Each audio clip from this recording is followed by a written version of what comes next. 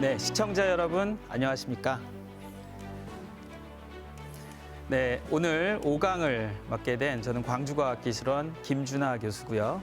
예, 저는 에너지경제연구원장 임춘택입니다.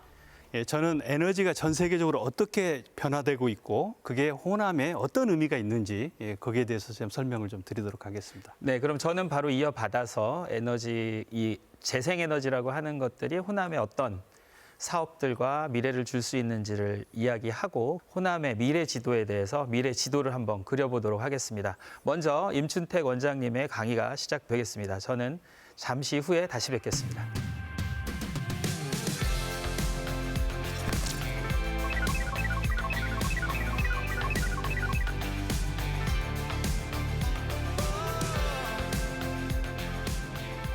예, 저는 지금부터 글로벌 에너지 전환과 그린 뉴딜이라는 제목으로 설명을 해보겠습니다. 예, 전기 아껴 써라 이런 얘기 많이 들어보셨죠? 지금까지 에너지라는 것은 아주 귀하고 그 쓰는 것은 아주 쉬웠습니다. 화석연료 시대 얘기입니다. 그런데 지금 자연에서 에너지를 갖다 쓰는 재생에너지 시대가 됐거든요. 그러면서 이젠 바뀌었어요. 에너지라는 것은 아주 흔한 게 됐습니다. 어디나 있죠. 햇빛 아무 데나 있고 바람 아무 데서나 붑니다. 그렇지만 이걸 갖다 쓰는 게 굉장히 어려운 시대가 됐어요. 이 변화를 우리가 이해하는 게 굉장히 중요합니다. 제가 오늘 30분 정도 설명드리는 내용의 핵심은 바로 이와 같은 변화를 이해하는 것입니다. 지금 슬라이드에 보시는 걸 보시면 저기 그 사막지대 있거든요. 중동의 사막지대에서 저 정도의 면적, 즉 한반도 정도의 면적에 쏟아지는 햇빛 에너지만 하더라도 인류가 전부 쓸 수가 있습니다. 그만큼 햇빛 에너지는 풍부하고 그리고 이걸 우리가 갖다 쓸 수만 있다면은 인류의 에너지 문제를 해결할 수가 있습니다. 그런데 이렇게 쏟아지는 에너지, 우리 주변에 이렇게 많은 에너지가 있는데 여러분 여전히 전기 요금 걱정하시죠? 왜 그렇습니까? 갖다 쓰는데 이게 기술이 필요하고 그리고 갖다 쓰는데 돈이 들기 때문에 그렇습니다. 구체적으로 좀 알아보겠습니다. 먼저 지난 120년 동안 세계적으로 어떤 에너지 변화가 있었는지를 한번 보겠습니다.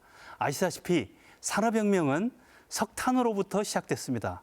그래서 260년 전에 석탄을 사용하게 되면서 인류가 드디어 사람의 인력이 아닌 기계의 힘으로써 세상을 움직이는 그런 시대가 됐습니다. 그래서 산업혁명이 시작됐는데요.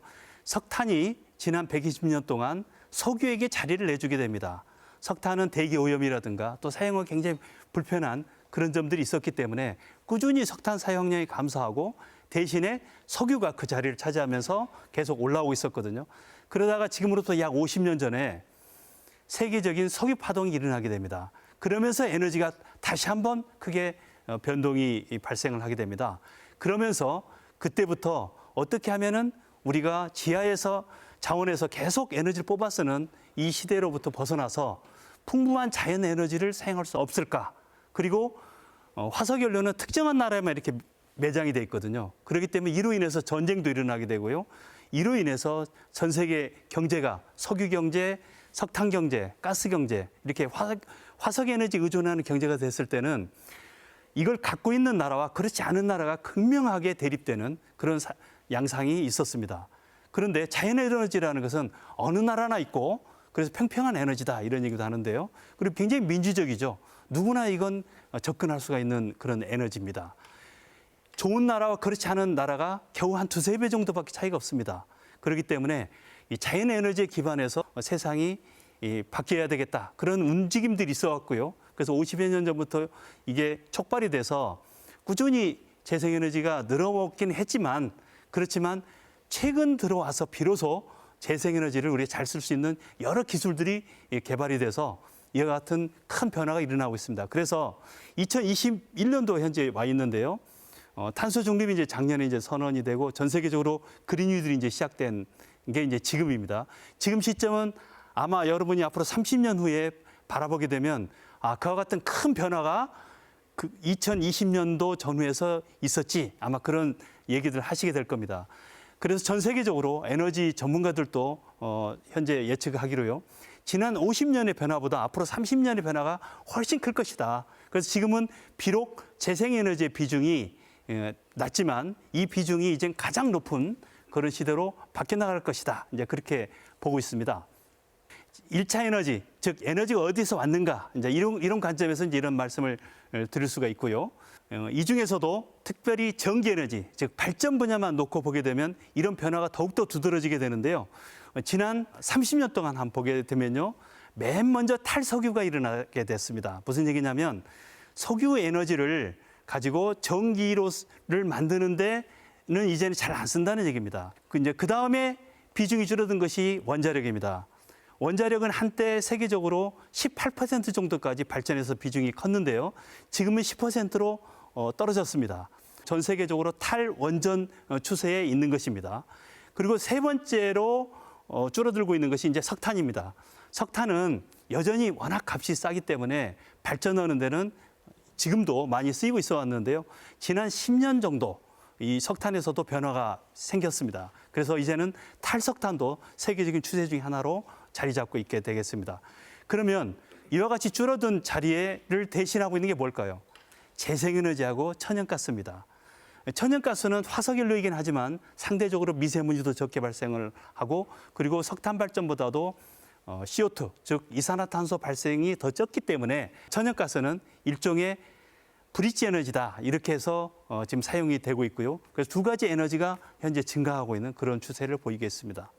특히 이 재생에너지의 그 부상이 우리가 눈여겨볼 만한 것인데요. 에너지 미래는 예측하기가 쉽습니다. 지금 현재 설치하고 있는 어떤 발전원들도 통상 30년은 쓰거든요. 그게 원자력이 됐든 석탄 발전이 됐든 가스터빈이 됐든 재생에너지 관련된 게 됐든 마찬가지예요. 전부 30년 정도는 지금 설치하게 되면 통상 쓰게 됩니다. 그래서 지금 어디에 어떻게 설치하고 있느냐 이걸 보시게 되면 2050년도, 즉 30년 후에 우리 미래에 어떤 에너지원을 쓰게 될지를 우리가 알 수 있게 되거든요. 그래서 그걸 이제 전 세계적으로 이 5개 분야에 걸쳐서 저희가 보게 되면 재생에너지 분야에 전 세계 신규 발전원 설치의 70% 이상이 현재 이루어지고 있다. 즉 30년 후에는 재생에너지가 70% 이상 전 세계 발전에 기여를 하게 될 것이다. 이런 예측을 할 수가 있죠. 그래서 재생에너지를 구체적으로 좀 더 들여다볼 필요가 있는데요. 재생에너지에는 크게 4가지 정도가 99%를 차지하고 있습니다. 첫째는 태양광입니다. 태양광 발전은 5년 전까지만 하더라도 풍력 발전에 자리를 내줬었거든요. 풍력 발전이 가장 많이 설치된 에너지원이었습니다. 그러다가 태양광 발전이 가격도 훨씬 더 싸고 그다음 설치도 훨씬 용이하기 때문에 지금은 넘버원, 즉 가장 설치가 많이 되는 에너지원이 됐고요. 이제 넘버 2로 이제 풍력 발전이 됐고 넘버 3가 이제 수력입니다. 즉 양수 발전 뭐 이런 것들인데요. 이런 것들 좀 참고로 알아두시면 이따 호남의 미래를 볼 때 참고가 되겠습니다. 이 전부 다가 호남에서 가장 하기에 좋은 그런 발전원들이거든요. 그리고 넘버 4가 이제 바이오, 즉 우리가 임업 자원이라든가 농수산물 자원이라든가 또 가축 분뇨라든가 이런 것도 전부 이제는 에너지가 되거든요. 그래서 이제 네 번째가 이제 바이오. 이렇게 해서 이 4가지의 재생에너지가 지금 전 세계적으로 가장 많이 설치되고 있는 그런 것이고 그리고 재생에너지끼리도 다 친환경적이고 하지만 이 안에서도 계속 경쟁이 지금 이루어지고 있다. 이런 말씀을 좀 참고로 드리겠습니다. 재생에너지의 가격을 한번 보겠습니다. 가격이 뭐니 해도 가장 중요하죠. 10년 전에 그때는 왜 태양광이나 풍력 발전 얘기가 없었냐? 너무너무 비쌌습니다, 그때는. 근데 태양광 같은 경우는요, 지난 11년 동안 무려 10배가 떨어졌어요. 그때는 킬로와트 아워당, 우리가 얘기하죠. 우리 전기요금 하면은 통상 킬로와트 아워당 한 100원 이 정도입니다. 가정용은 지금 한 120원 이 정도 하고요. 산업용도 이제 거의 이제 비슷해져서 한 110원 이렇게 하고 이제 교육용 이런 것은 좀 싸서 한 50원 이제 이 정도 하는데요. 이제 평균 대략 한 100원 보면 되는데 그 당시에는 지금보다도 무려 10배나 비쌌어요. 너무너무 비싼 에너지원이었던 거죠. 그래서 잘 못 썼던 거고요. 지금은 가격이 굉장히 떨어져 가지고 전 세계적으로는 가장 값싼 에너지가 지금은 태양광 발전이 돼가고 있습니다. 그 다음 이제 풍력인데 풍력도 무려 3배가 떨어졌어요. 굉장히 큰 변화죠. 반면에 원전 같은 경우는 우리나라 이제 원전 강국이죠. 그래서 기술도 갖고 있고 가격도 굉장히 상대적으로 싸죠. 지금도 원전은 가장 싼 에너지입니다. 그런데 세계적으로는 원전은 지난 11년 동안 비용이 상승한, 그것도 무려 30% 이상 상승한 그런 에너지원이 됐습니다. 이거 이제 후쿠시마 사고 영향이 컸는데요.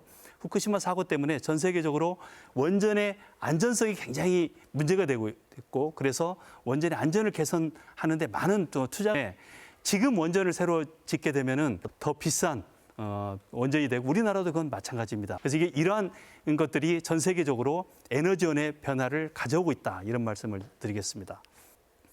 또 하나 재생에너지와 더불어서 변화되고 있는 에너지의 큰 트렌드는요, 배터리입니다. 배터리는 120년 전에 상업화가 되기 시작했는데요, 거의 변화가 없었어요. 왜냐하면 배터리는 기본적으로 화학입니다. 전자공학, IT나 이런 것은 무의 법칙이라고 해서 2, 3년에 2배씩 가격도 떨어지고 성능은 개선되는 그런 혁신적인 변화가 계속 일어나고 있거든요. 50년 이상 계속된 추세입니다. 그런데 화학은 그런 변화가 없어요. 그래서 배터리는 그동안 거의 혁신이 없었는데 한 15년 전부터 배터리에 대한 수요가 지금 늘기 시작하고 있습니다. 즉 에너지 저장 수단으로서 배터리가 각광을 받고 있고요. 그리고 전기차라는 또 수송 수단의 혁신에 배터리가 또 중요한 부품으로 사용되기 시작했습니다. 그러면서 배터리의 가격이 5년의 절반씩 쭉 떨어져 오다가 최근에는 3년의 절반 떨어지는 것으로서 혁신적인 변화가 일어나고 있습니다. 지난 10년 동안 무려 8배 정도 가격이 떨어졌고요. 이런 추세는 지금도 계속되고 있습니다. 그래서 이로 인해서 에너지 저장 시장이 지금 세계적으로 폭발적으로 늘어나고 있습니다. 어떤 산업은 쇠퇴하고 어떤 산업은 늘어나는데요. 보시게 되면 성장하는 산업은 기하급수적으로 늘어납니다. 태양광, 그리고 배터리, 그리고 이제 전기차입니다. 전기차의 경우에는요, 지금 현재 중국, 한국, 그리고 여러 나라들이 지금 그런 일이 벌어지고 있는데요. 거의 매년 지금 2배씩 늘어나고 있어요. 지금 여러분들 전기차 지금 사고 싶어도요, 살 수가 없습니다. 지금 주문해도 6개월, 1년 후에나 겨우 받아볼 수 있거든요. 이런 큰 변화가 지금 전기차에서 일어나고 있고요. 바이든 대통령이 그래서 전기차 육성을 미국의 그린뉴딜의 선두주자로 지금 내세우고 있는 이유거든요. 지금까지는 경제성이 굉장히 중요했어요, 에너지에 있어서. 그런데 이제는 환경 굉장히 중요해졌고요. 미세먼지나 기후변화, 그리고 안전 굉장히 이제 중요해졌습니다. 그리고 사회적 수용성, 일자리 이런 게 이제 굉장히 중요해졌고요. 그리고 그 외에도 에너지는 안보다 이런 얘기 있거든요. 그래서 안보도 중요하고요. 그리고 에너지는 기술이 변화시키고 있습니다. 과거처럼 부존 자원, 이건 이제 더 이상 문제가 안 돼요. 우리나라처럼 좋은 인적 자원, 그리고 좋은 기술이 있는 나라가 이제는 각광을 받는 그런 시대가 되는 겁니다. 재생에너지는 우리나라나 다른 나라나 그동안 없었던 그런 에너지원인데요. 이제 급속히 우리나라도 지금 확대되고 있고요. 그래서 2030년까지 20% 정도는 우리가 재생에너지 바꿔야 되겠다 해서 이제 이번 정부 출범에 그렇게 이제 시작이 된 건데, 이번에 이제 탄소 중립하면서 이게 10% 정도로 상향 조정이 되고 있죠. 아직은 세계 추세에 비하면 우리가 많이 뒤처진 말씀 좀 드리겠습니다. 그리고 작년 나라에서 이제 그린 뉴딜 발표가 이루어졌는데, 아시다시피 코로나19로 인해서 세계적으로 경기가 침체되고 하면서 이제 일자리도 창출하고 경기를 어떻게 하면 회복시킬 수 있을 것이냐, 이게 이제 문제가 되면서 이제 시작이 된 겁니다. 그래서 크게 휴먼 뉴딜, 디지털 뉴딜, 그린 뉴딜 이 세 가지, 그리고 지역 뉴딜, 이게 이제 뒷받침하는 걸로 해서 이제 4가지로 얘기하기도 하는데요. 여기 향하고 있는 것은 선도 국가죠. 그래서 세계적인 혁신적 포용 국가라는 그 목표를 두고 우리가 이제 이게 사람 우선의 포용 국가, 디지털 경제 선도 국가, 기후환경 선도 국가, 이렇게 이제 각각의 뉴딜의 목적을 저희가 설정을 해서 이게 이제 추진을 하게 된 거죠. 그 중에 가장 큰 게 이제 기후위기 대응, 그리고 경제위기 대응, 이제 이렇게 얘기를 할 수 있는데요. 이제 기후위기 대응 차원에서 온실가스 감축이라든가 에너지 전환, 그리고 이제 환경 생태로의 그 순환 경제 정착, 이제 이런 것들이 있게 되겠고요. 중요한 것은 우리가 이걸 투자만 해서 소모하는 것이 아니라는 겁니다. 그린 뉴딜에 투자를 하게 되면 GDP가 증가를 하게 되겠고요. 그리고 재정이 창출되고요. 그리고 수출이 확대되고 일자리가 나온다. 이제 이 점을 우리가 잊지 않아야 될 것 같고요. 그리고 또 하나 중요한 것은 이와 같은 어떤 혁신 성장 이런 것만 있는 게 아니고요. 포용 성장도 이루어지게 됩니다. 포용 성장이라는 건 뭐냐면 더불어서 다 같이 성장하는 게 포용 성장인데요. 먼저 지역의 균형 발전, 그동안 소외되어 왔었죠. 그리고 불평등 해소, 이제 이런 것들이 이 그린 뉴딜을 통해서 이제 가능해지게 되겠고요. 그리고 참여, 이게 중요하죠. 그래서 시민들의 참여, 그래서 취약계층이라든가 청년, 그리고 자영업자들의 대안이 곧 이 그린 뉴딜이 될 수 있다. 이런 면에서 이제 큰 틀에서 좀 말씀을 좀 드릴 수 있겠습니다. 그러면 어떻게 이제 그린 뉴딜을 실천할 것이냐? 2050년 탄소 중립, 이게 이제 목표인데요. 그래서 기후환경 선도 국가로 가는 것이 우리의 목표가 되겠고요. 그래서 태양광 400기가와트, 풍력 100기가와트 이 정도 규모로 우리가 확대를 해가지고 이것으로서 재생에너지의 비율을 대폭 올려서 이번에 탄소 중립에서는 71% 정도를 제시를 최고로 했는데요. 더 상향한다면은 한 90%까지도 우리 재생에너지를 확대해 나갈 수 있으면 좋겠다. 이제 이건 2050년에 우리의 장기 목표로 이렇게 보는 거죠. 그래서 이런 목표로 해가지고 구체적으로는 매년 한 30조 원씩 해서 30년 하면 약 한 900조 원 정도 되지 않겠습니까? 이 정도의 투자를 하면 좋겠다. 900조 원 하면 굉장히 많아 보이는데요. 우리나라의 GDP가 이미 1,900조 원 정도 됩니다. 한 해. 이걸 30년에 나눠서 하기 때문에 30조 원 매년 우리 그 국가 예산 550조 원 고려해 볼 때 그건 큰 돈은 아니고요. 여기서도 이제 정부 투자분은 약 한 3조 원 정도, 그리고 공공 부분이 약 5조 원, 그리고 나머지 이제 민간의 투자 22조 원 정도 이렇게 해서 이제 이루어지기 되기 때문에 이건 공공과 민간이 같이 동반 성장하는 그런 계획이다. 이제 이렇게 말씀을 드릴 수 있겠습니다. 적으로는 6가지 발전, 수송, 건물, 산업, 효율, 환경 이렇게 얘기하는데 이게 이제 탄소 중립의 6가지 분야이기도 합니다.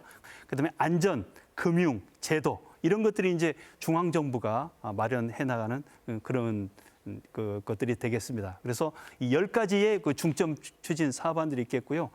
이제 이 중에서도 가장 중요한 게 이제 재생에너지입니다. 재생에너지는 일단 시장이 가장 크게 성장하고 있는 태양광, 육상, 수상, 해상 중심으로 이제 태양광을 늘려나가는 게 중요하겠고요. 그래서 제가 잠시 후에 설명드리겠습니다만 친환경 해상 에너지 공원 같은 이런 사업들이 좀 필요하게 되겠고요. 그다음에 에너지 저장이 또 하나 중요한 사업이 됩니다. 그래서 에너지 저장을 위해서 대형 배터리 시스템 같은 게 있고 되겠고요. 그다음에 양수 발전이 우리나라는 하기에 굉장히 좋습니다. 높은 산이 있고 그리고 바다나 강 같은 게 있게 되면은 양수 발전하기 굉장히 좋은 건데요.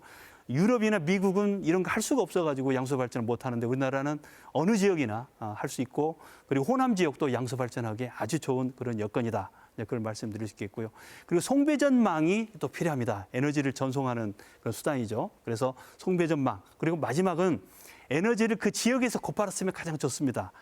재생에너지 100%로 가동하는 그런 걸 보고 이제 RE100이라고 얘기하거든요. 그래서 RE100 기업들의 유치 이런 걸 할 수 있는 여건이 됩니다. 그래서 호남 지역에서 재생에너지 발전을 많이 하게 되면 호남 지역으로 이런 기업들이 오게 된다는 것입니다. 그래서 그럴 수 있는 여건, 그걸 마련하는 것이 굉장히 중요하겠다. 그래서 이 4가지 정도 이런 구체적인 사업 영역이 있게 되겠고요.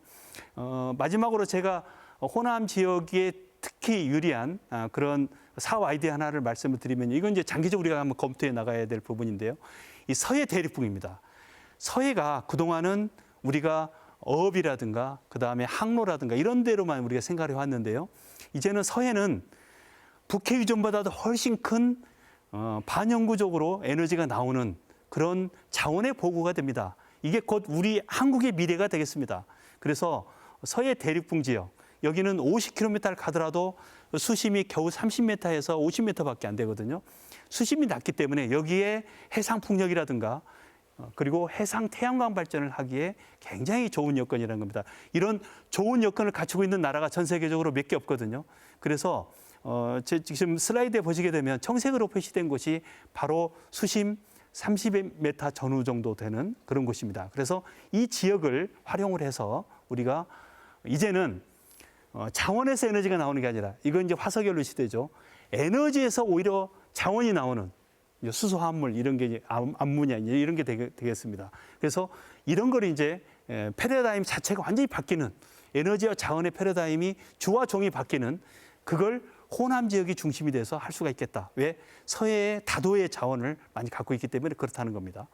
그래서 이제 여기 할 수 있는 게 이제 친환경 해상 에너지 공원인데요. 이건 뭐냐면 해상 복합 발전 단지라는 것입니다. 즉 친환경적인 댐을 건설하고요. 그리고 댐 하면 굉장히 부정적인 이미지를 갖고 있는 분들이 많은데요. 친환경적으로 하게 되면 완전히 다릅니다.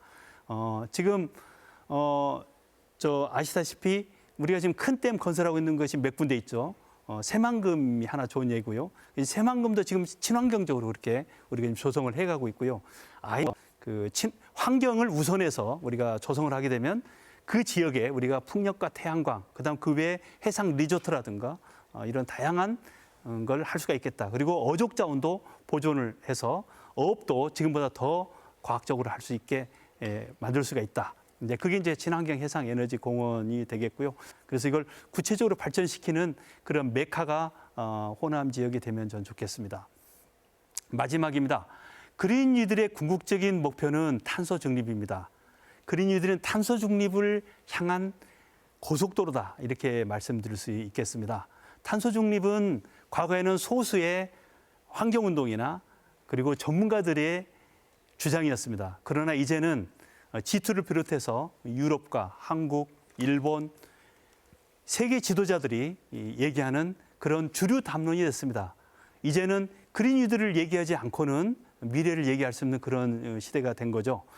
이제는 경제와 산업의 규범 자체가 바뀌고 있어요. 그리고 세계적으로 무역전쟁, 기술전쟁이라는 총성 없는 전쟁이 계속 진행이 되고 있는데요. 이게 탄소 중립으로 옮아왔습니다.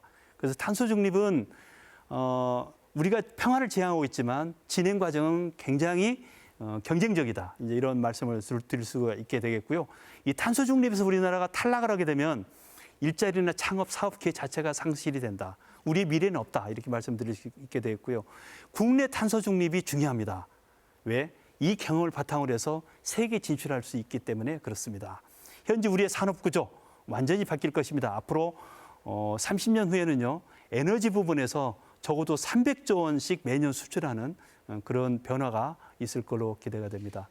지금까지 세계 에너지의 변화, 그리고 호남에서는 어떤 일을 할 수 있는가에 대해서 설명드렸습니다.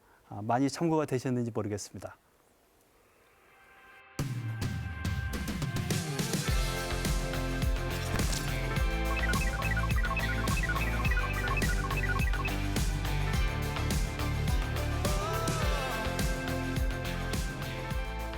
네, 반갑습니다, 여러분.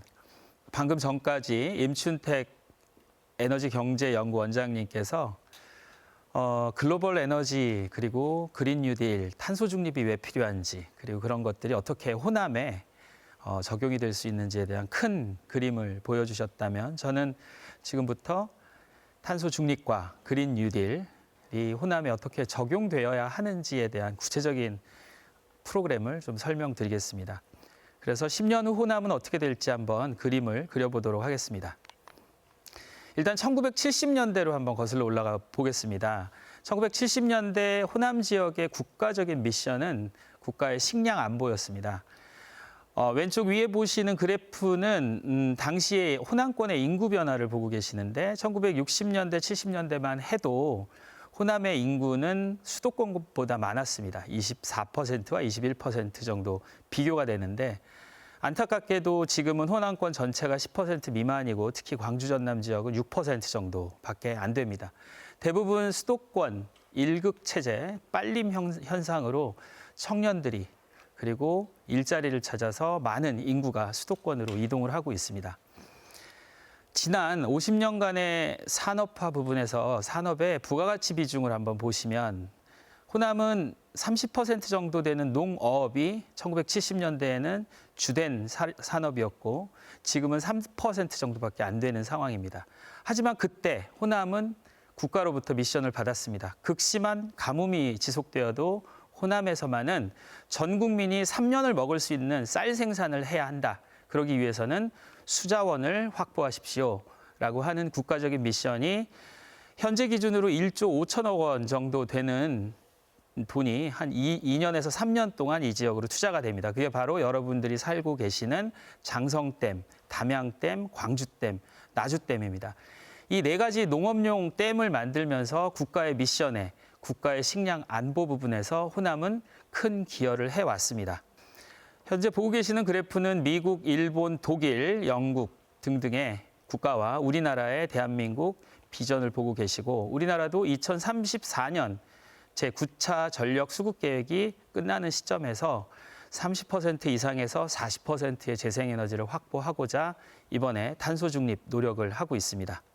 또한 외교적인 부분에서도 살펴보면은 여러분 산업통상부 뭐 이런 이야기를 많이 들으셨겠지만 이제는 탄소통상이라는 단어가 그냥 하나가 바로 탄소 국경세라는 부분인데 한국의 주력 산업인 철강이나 그리고 석유화학 산업 부분에서 이들을 만들어내는 것들에 재생에너지가 도입이 안 된다면 탄소세를 부과하겠다라고 하는 탄소 국경세고요.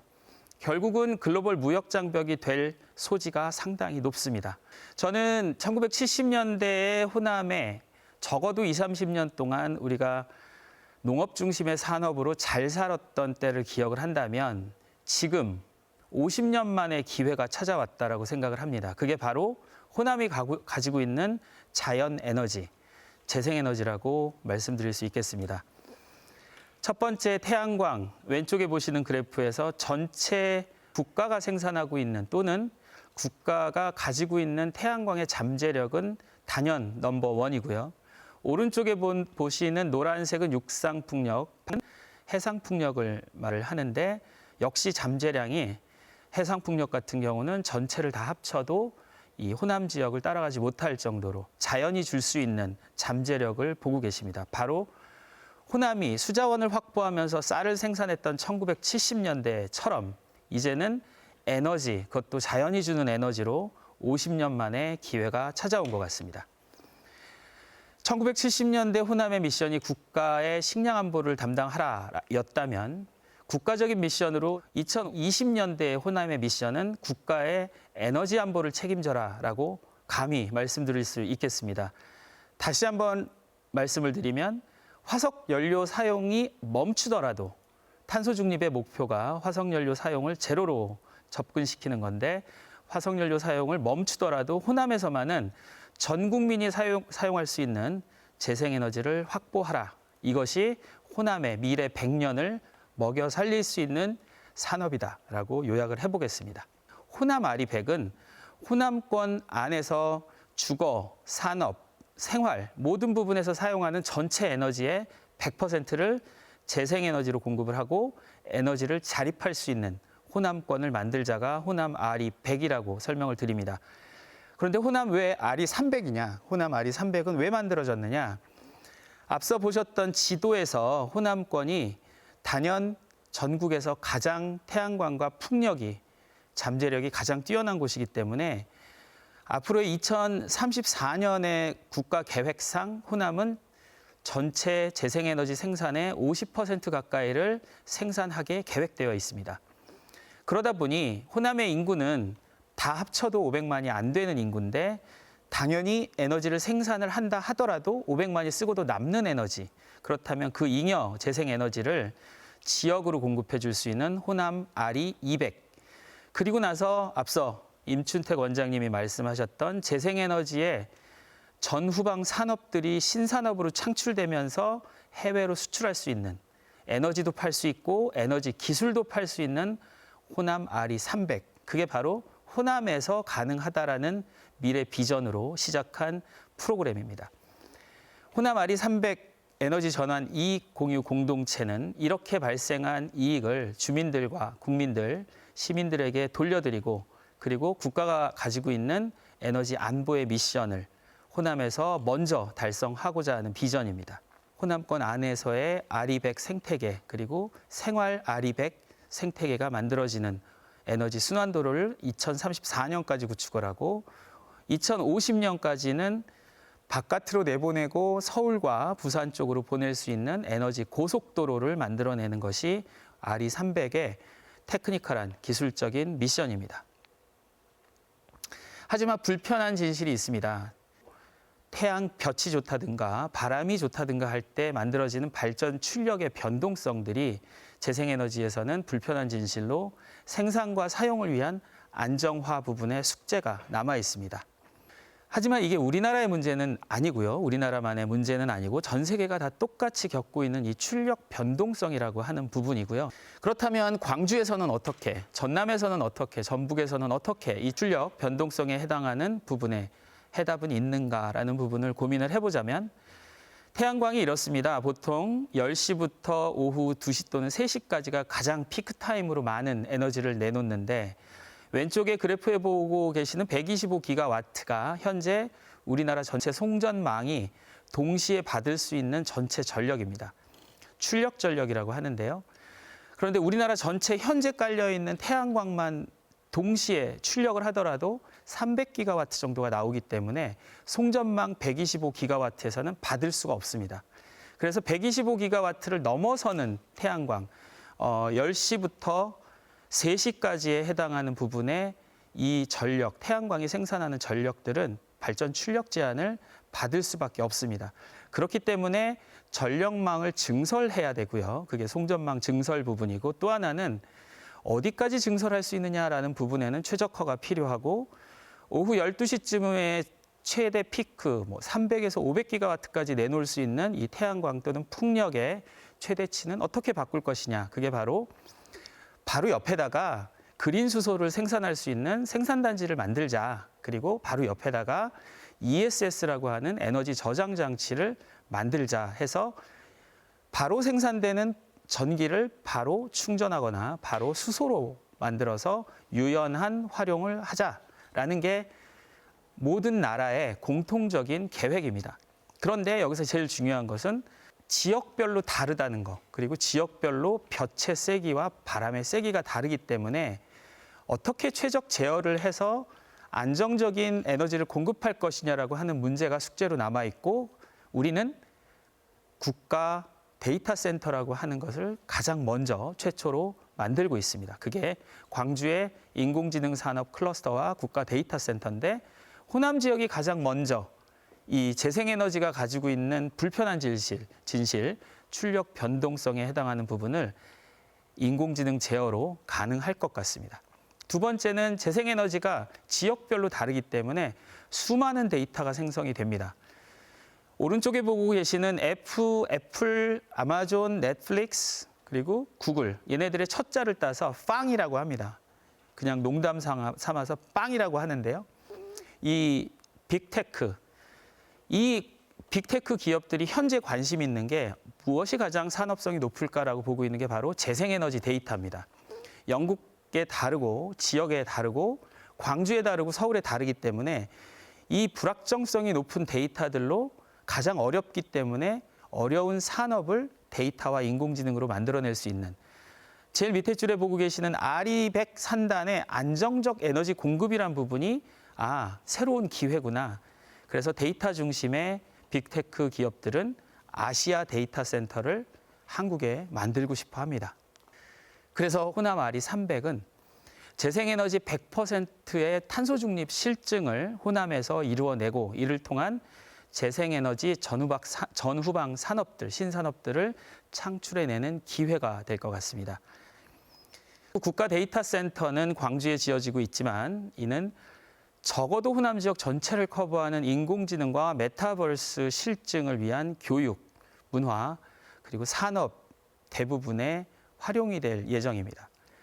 그리고 빵이라고 하는 페이스북, 애플, 아마존, 넷플릭스, 구글이 관심 갖고 있는 아시아 데이터 센터. 이 부분이 바로 이 지역의 또 다른 먹거리로 데이터 비즈니스의 허브가 될 수 있는 기회라고 생각합니다. 그리고 아시아 데이터 센터, 우리 빵 기업들이 원하는 재생에너지의 복잡한 데이터들을 비즈니스 산업으로 만들고자 하는 니즈를 충족시켜 줄 수 있는 호남. 그들을 실증하는 하나의 랜드마크가 될 수 있는 디지로그 테마파크가 우리 호남의 미래 지도에 꼭 추가됐으면 좋겠습니다. 호남의 22세기형 디지로그 테마파크를 보기 위해서 오는 손님들이 디즈니랜드만 즐기는 것이 아니고 이 지역에 있는 문화관광을 함께 연결시켜서 즐길 수 있고 그 안에서 메타버스가 실현되는 국가 데이터 센터의 기능도 확인하고 빵 기업이라고 하는 빅테크 기업들이 우리 지역 학생들을 뽑고 있는 기업 현장, 인터뷰를 보고 있는 면접 상황도 있었으면 좋겠고 호남 아리300을 기획으로 통해서 컨트롤할 수 있는 인공지능을 통해서 컨트롤할 수 있는 호남 아리300의 에너지 산업들 그리고 이들이 서로 연결되기 위해서는 새로운 교통수단의 스마트 모빌리티 산업 그리고 치료부터 치유까지 힐링까지 만들어내는 메디칼 시티, 첨단 메디칼 시티가 공존하는 그런 희망, 미래 지도가 되었으면 좋겠습니다. 그리고 이 미래 지도에는 호남 지역뿐만이 아닌 대한민국이 꿈꾸고 있는 꿈과 재미와 미래가 함께 그려지기를 간절히 바라겠습니다. 제 강의는 여기서 마치겠습니다.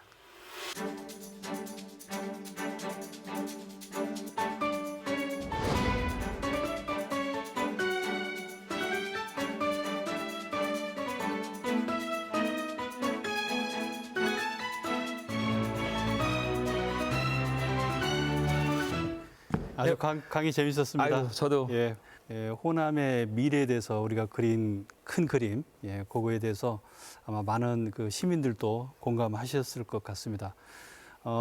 그 호남 아리 300 할 때요. 네. 그 행사에 저도 있었어요.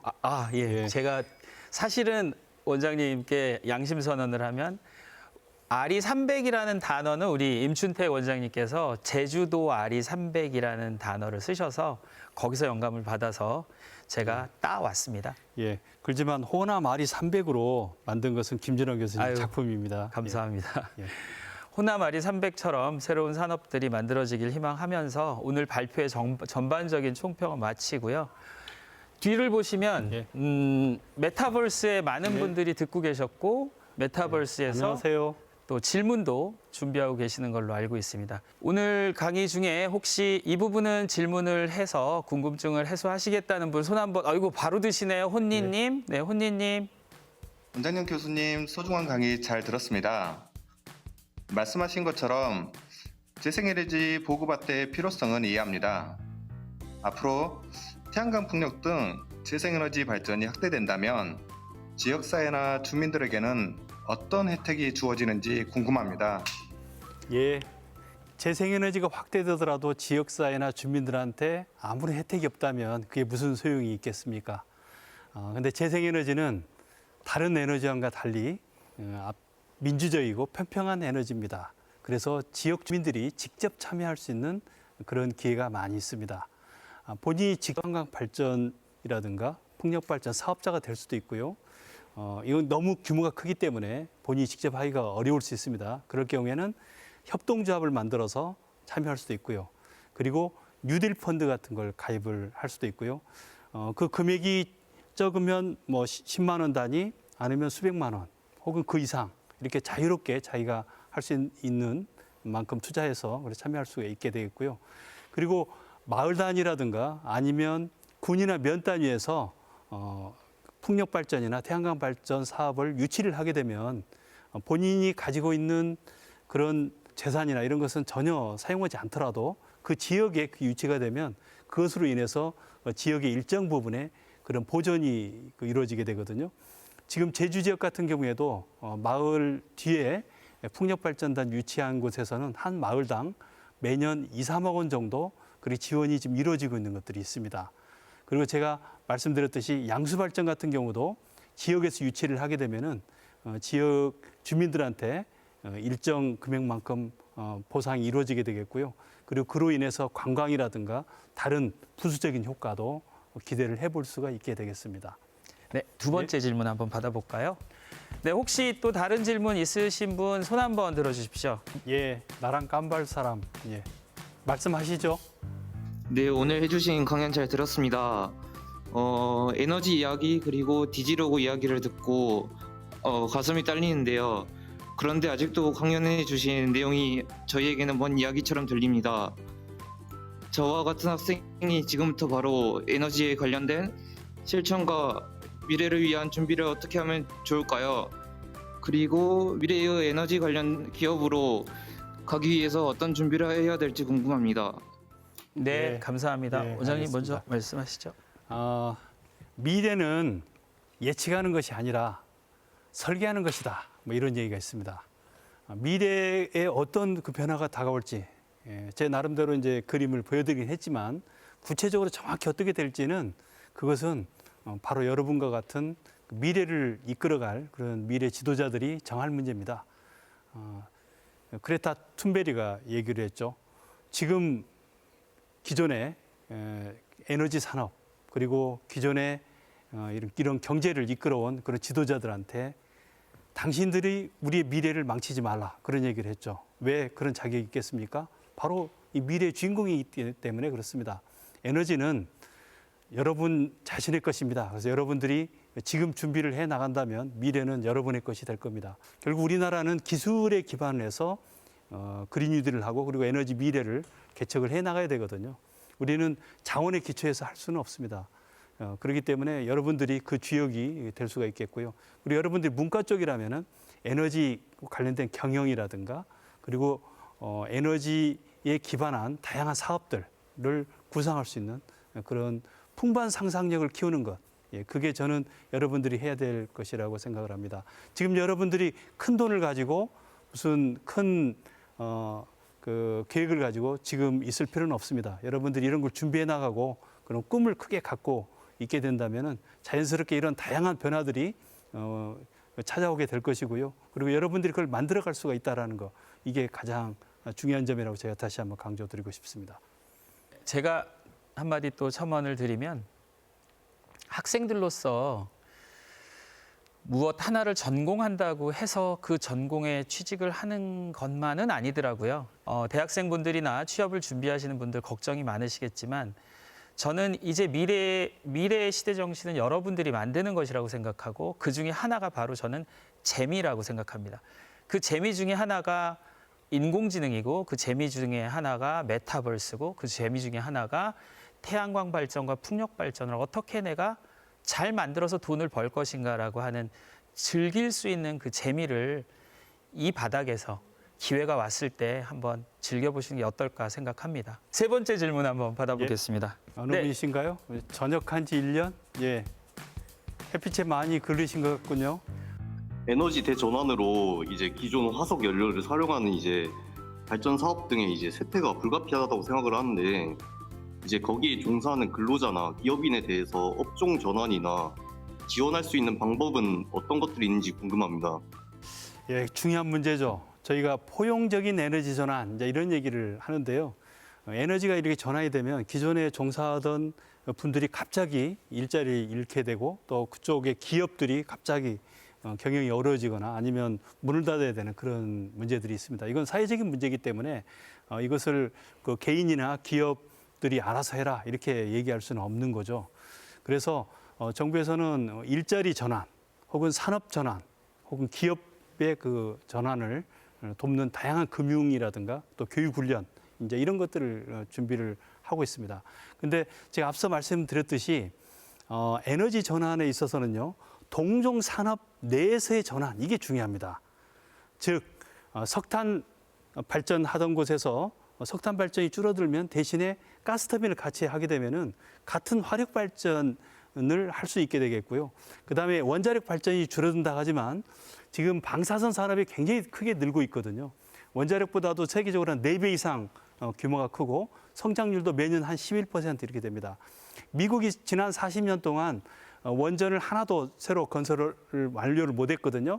그랬지만 원자력 공학 분야는 대학이나 대학원에 굉장히 커졌어요. 2배 이상 커졌습니다. 그 이유는 방사선 산업이 굉장히 커졌거든요. 방사선 산업은 우리 고령화로 인해서 의료라든가 그다음에 식품, 농업, 산업 분야에 굉장히 널리 쓰이고 있습니다. 그래서 우리나라도 이게 동종 산업 내에서의 전환 이런 것을 해나가게 되면은 이 전환 비용이 적게 들거든요. 그래서 기본적으로는 이와 같이 산업 내 전환을 하고요. 그리고 이렇게 해도 이제 안 되는 분야가 있습니다. 전반적으로 산업 자체가 전부 사라져서 새롭게 전환되는 분야가 있거든요. 이런 분야는 이제 국가가 집중적으로 투자를 해서 돕게 되면 우리가 자연스럽게 전환도 이루어지게 되겠고 그래서 이른바 정의로운 전환이라고 얘기하죠.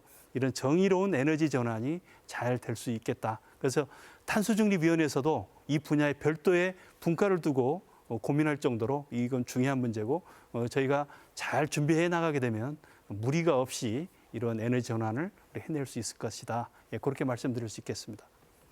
네, 또 저도 한마디 보태면은 우리 방금 질문하신 분과 또 원장님께서 말씀하신 부분을 좌초 자산이라고 합니다. 그래서 그렇죠. 좌초되는 자산이라고 하는데 전 세계를 다 합치면 100조 달러, 우리 돈으로 하면 1경원 정도가 된다라고 합니다.